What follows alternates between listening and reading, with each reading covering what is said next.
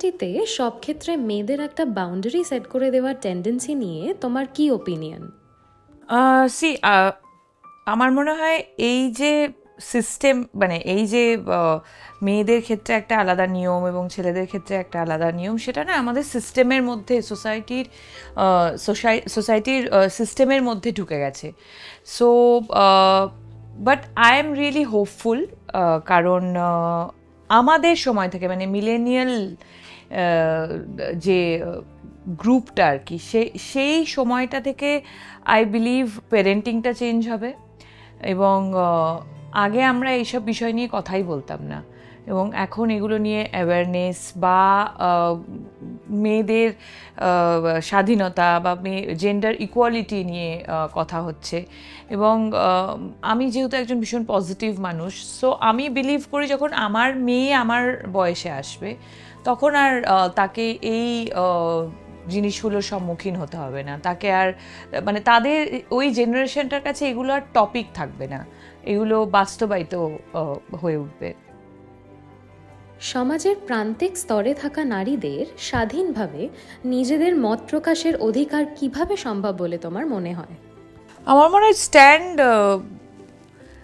নেওয়ার অধিকার তো জন্মের পর থেকেই শুরু হয়ে যায়, এবং স্ট্রাগলটা কিন্তু একদম জন্মানোর কয়েক ঘন্টার থেকেই শুরু হয়। এটা আমার নিজের এক্সপিরিয়েন্স থেকে বলছি। যখন আমি ইউভানকে জন্ম দিয়েছিলাম, কয়েক ঘন্টার বাচ্চা, তাকে আমার কোলে দেওয়া হয়েছিল, এবং ডক্টর বলেছিল যতক্ষণ না ও ঠিক করে সাক করবে ততক্ষণ ব্রেস্ট মানে মিল্ক আসবে না। সো ওর কিন্তু কয়েক ঘন্টার মধ্যে ওই বেসিক নিড, যেটা আমাদের হিউম্যান নিড, খাবার, ওইটুকু বাচ্চাকে কিন্তু স্ট্রাগলটা শুরু করে দিতে হয়। ও ভালো করে সাক করলে তবেই ওর খাবারও পাবে, আমার কোনো সেখানে হাত নেই। So struggle will be always there. এবং স্ট্যান্ড পয়েন্ট যে হ্যাঁ, আমি আমার কাজটা তো, আমার জার্নিটা তো আমাকে করতে হবে।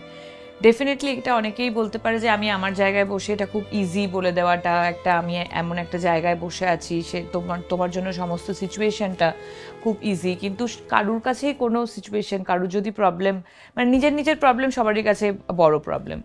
সো আমার মনে হয় এখনকার দিন বা আগেকার দিন বা সবসময় দিনের মহিলাদের একটা জিনিস বিলিভ করা ভীষণ ভীষণ ইম্পর্ট্যান্ট, যে পারবো না বলে কিছু হয় না, আমাদেরকে পারতেই হবে।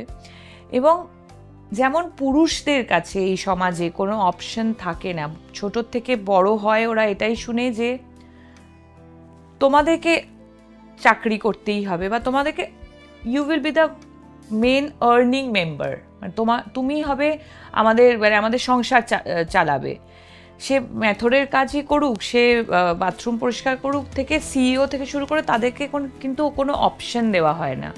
কিন্তু মেয়েদের কাছে সিস্টেমেটিক্যালি কিছু না কিছুভাবে একটা অপশন থেকেই যায়। আমি যদি কাজ নাও করি, ফিনান্সিয়ালি ইন্ডিপেন্ডেন্ট যদি নাও হই, আমি বিয়ে করব একটা ভালো ঘরে এবং আমার স্বামী রোজগার করবে, এই অপশনটাতে যেন কেউ কমফোর্টেবল হয়ে যেও না, because financially independence is very very very important.